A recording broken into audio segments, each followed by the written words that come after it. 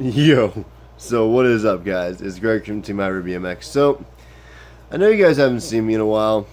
I've been kind of busy and stuff. It's really late. It's like 12:15, 12:30 at night on a Thursday night here in your EPA.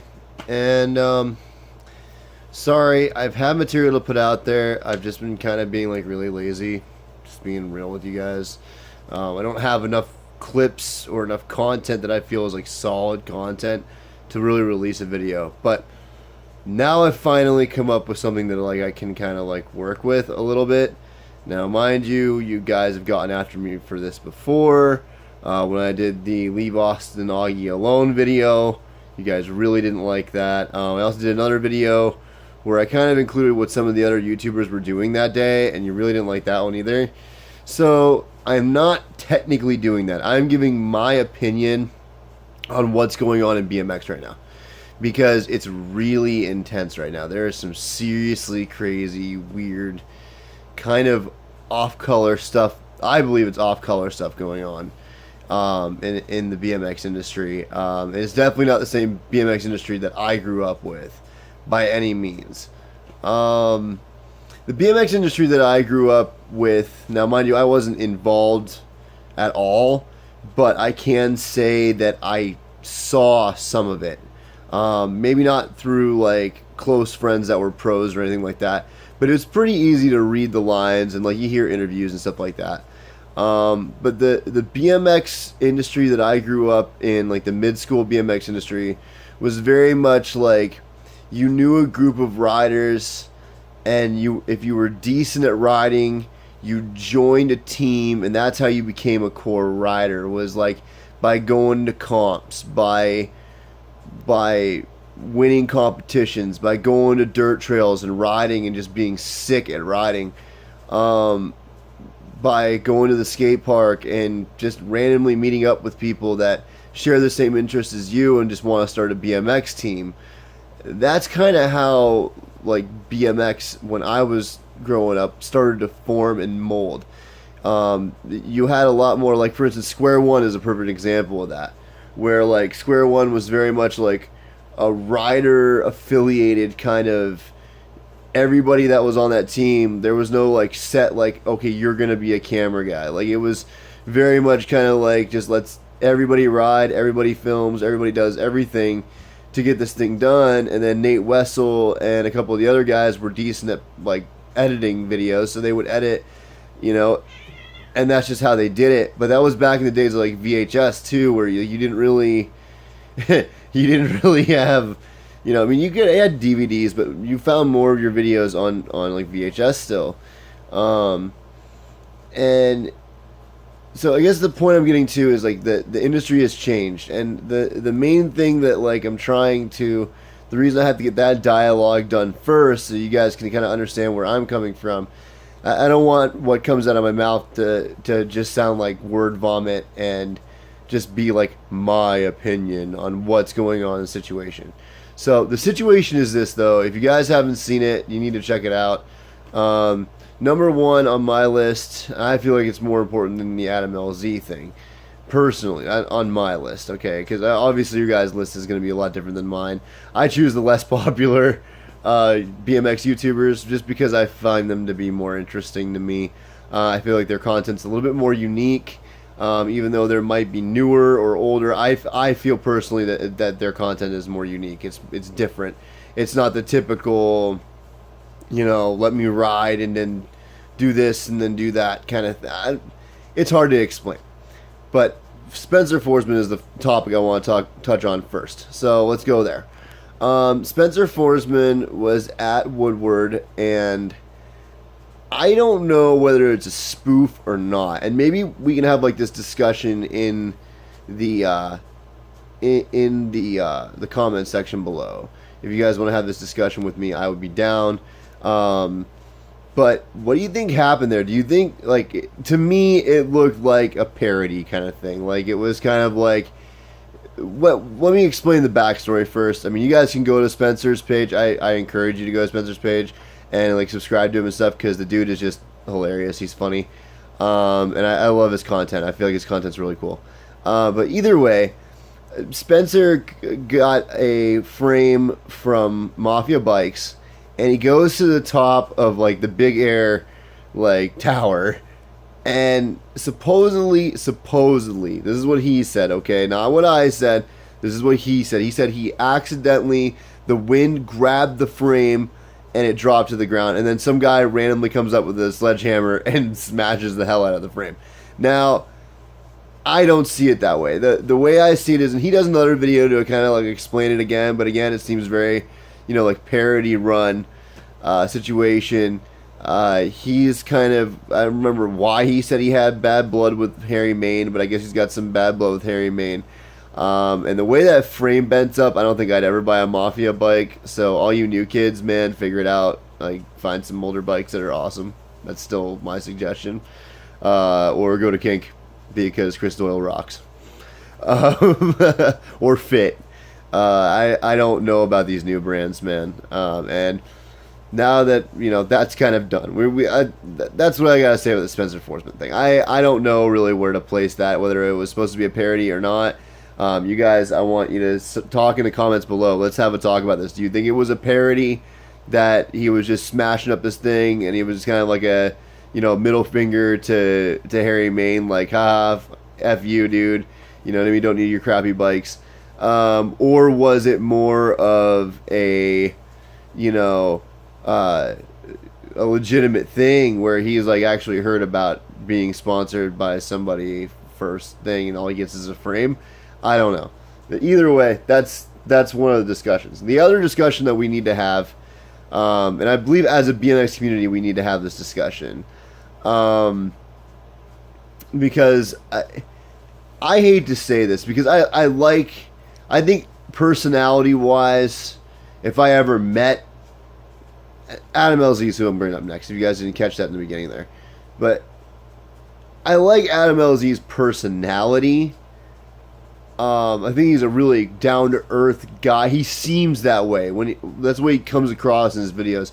He's like a really like focused, knows what he wants, and he's smart. And he's a decent guy. He doesn't seem like a jerk.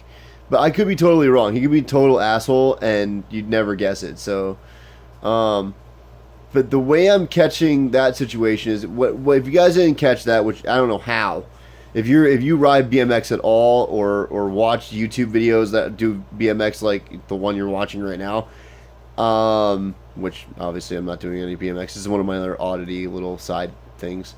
I'm still talking about BMX, so it's still relevant. But anyway, going back to the Adam LZ thing, but you'd have to be living under a freaking rock if you ride BMX and you own a phone and you're watching this video, and you haven't seen Adam LZ before. I don't know why you're watching me. The guy is incredible with filming. He's not really my style of filming anymore. I used to love watching his videos, honestly. I used to think they were awesome. I feel like they had a lot of really good content, and they were fun to watch. And I tried to watch a couple of the drift videos, and it's not that I don't like drift. I love drift cars, and I love that.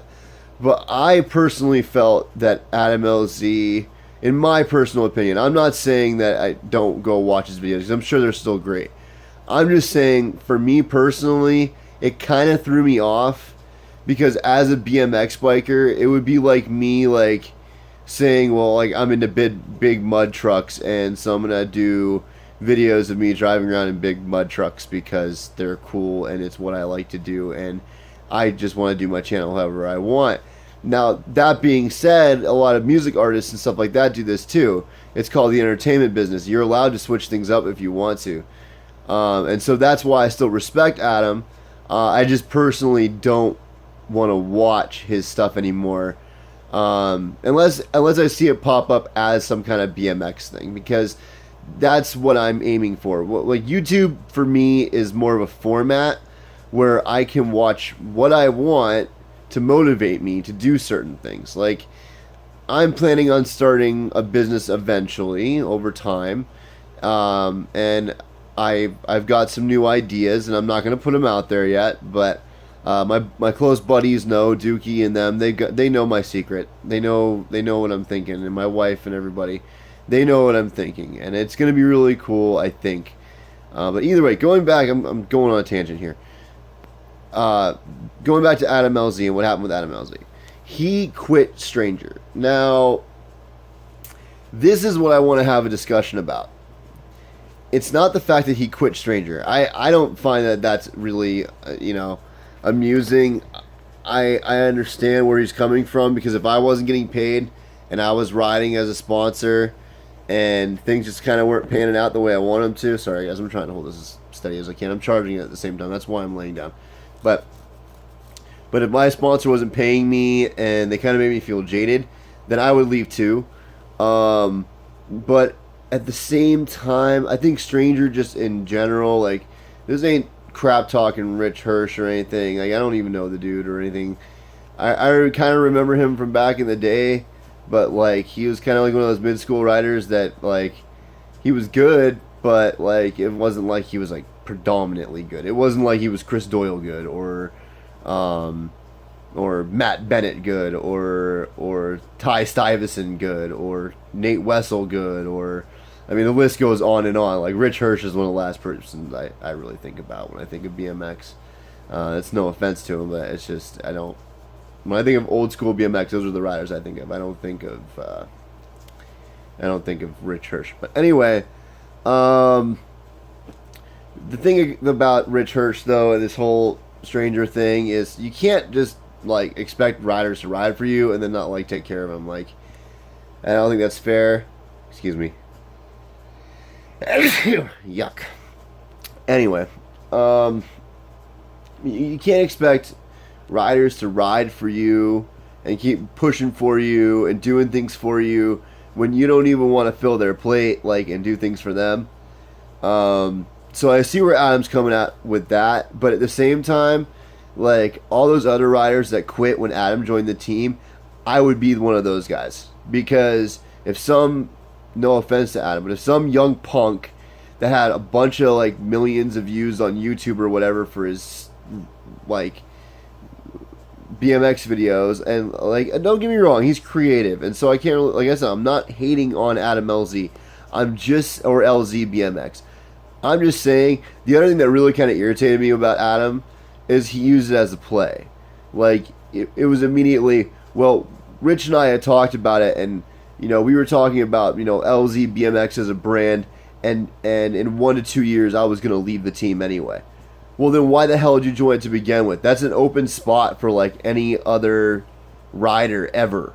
You know what I mean? Like, you just crapped on a part of your audience, because there's so many of these kids out there, not me, because I don't give a damn whether I get sponsored ever in my life.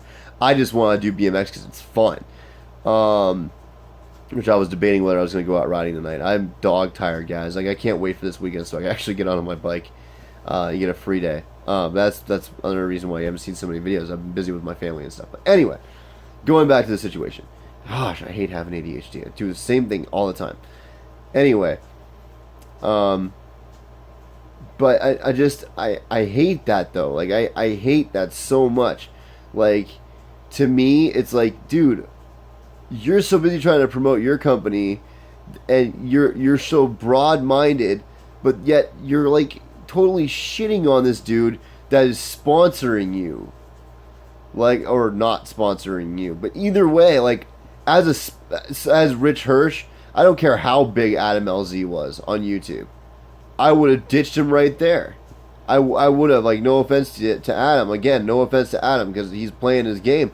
But that's exactly what I would look at him in a meeting. I would look at him and be like, dude, you know what I mean? If you're planning on opening your own thing, you're direct competition with me. So why do I want you on my team then?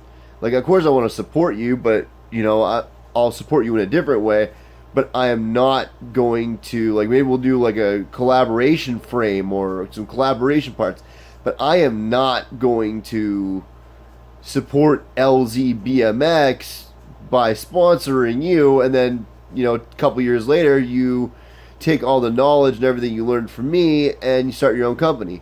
That's not how that works. Like, that's, especially in a couple of years. Like, I would understand if, like, Adam LZ, like, stayed with Stranger for, like, I don't know, like this sounds crazy, but like 10 years, and then comes out and says, okay, well, I'm going to start my own BMX company. Okay, you've earned your stripes, you've pushed yourself into the industry in a different way, and it makes sense. But you're some 20-something-year-old kid who's got all kinds of views on YouTube and has built an empire. Don't get me wrong, he's built an empire. He's built a great brand, and there's a lot of young kids who are very impressionable that love his riding, but he's not even that, like, this is a tough subject because I suck at riding compared to Adam LZ, and he's not even a great rider. And that's just the honest truth. Like, if you're going to talk about core riders, he's no John Hicks. He's no Adam 22. He's not freaking, I mean, and this is going to sound even worse. He's not even Alfredo Mancuso, and that dude's not even a great rider. Austin Augie is not a great rider, but you know what? Austin Augie knows how to edit videos, dude. And if anybody argues with that, well, whatever. You can argue with that all day long, but you can't deny that when you're watching an Austin Augie video and you see this awesome opening clip and you're like looking at Brooklyn in the morning and it's like the sunrise in Brooklyn. You're looking at these rooftops and stuff. Like, dude, how cool is that seeing New York City that way? Like, that's what I like about Austin Augie's channel. Whereas, like, Adam LZ's channel, I liked how open and honest and cool he was about stuff. And I still do. Like I said, occasionally I'll still watch one of his videos. It's just not my style anymore. I don't do the whole drift car thingy. I feel like if I want to do that, I'll do that on my own. I don't really want to live vicariously through somebody who has the money to build a project car, because I've seen so many of my buddies who are into building project cars struggle their butts off to try to get there. So it's, I mean, like, no offense to Adam, but it's just, I feel like it's like, oh wow, like in 3 or 4 months he bought like 3 different drift cars and then a brand new truck and a brand new trailer. It's like, okay, when do we get back to realistic things? That's why I started watching. And if you guys want to talk about drifting and stuff like that and you really want to watch an awesome channel, and Adam LZ has been on their channel before, so it's not talking smack, Haggard Garage. Those kids, I was watching them back when they had nothing but junk cars.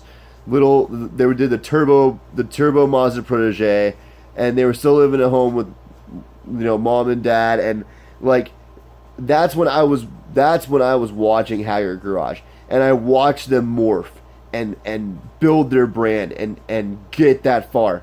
Whereas like Adam LZ, I went back to his older videos and I'm trying to figure out still what helped build his momentum, because I don't see this great momentum build. I don't see usually YouTubers have a story where they come from like this little tiny thought process, and it builds and it builds and it builds and it builds and it builds, and it becomes this freaking monster of a YouTube channel. Whereas like with Adam LZ, it was like little, and then it was like boom, big. And all of a sudden he was, holy crap, it was Adam LZ. You know what I mean? He was little all the time, and there was no progression. It was just little, boom. All of a sudden, there was Adam LZ on the screen, you know, and everybody knew who Adam LZ was all of a sudden. So I know that's like more viral, and that makes sense to a lot of like more marketing type people, which is fine. But to me, it's just like, I don't think that's fair to some YouTubers, because it's like, I like seeing progression, you know, like real life stuff, like if you're watching a video and you see somebody like moving forward in their life, you know, I think that's cool, because you're actually kind of like living vicariously, like truly living vicariously through them, which is cool. But anyways, guys, this is getting kind of drawn out. It's almost a 20-minute long video that I've been like ranting on. Sorry, like I said, I'm sorry again that I haven't put out a whole ton of content, but I promise very soon I will start putting out some more content. It's just I gotta wait and get the guys together and and get some more riding clips in myself and stop being such a, you know, pansy, and actually get out there and get on my bike and ride. So, but anyways, guys, I hope you're having a great night. It was good catching up. Remember to comment in the section below. Let's talk about this Adam LZ and Spencer Foresman situation. And I'll see you guys next time on Team Hire BMX. Deuces.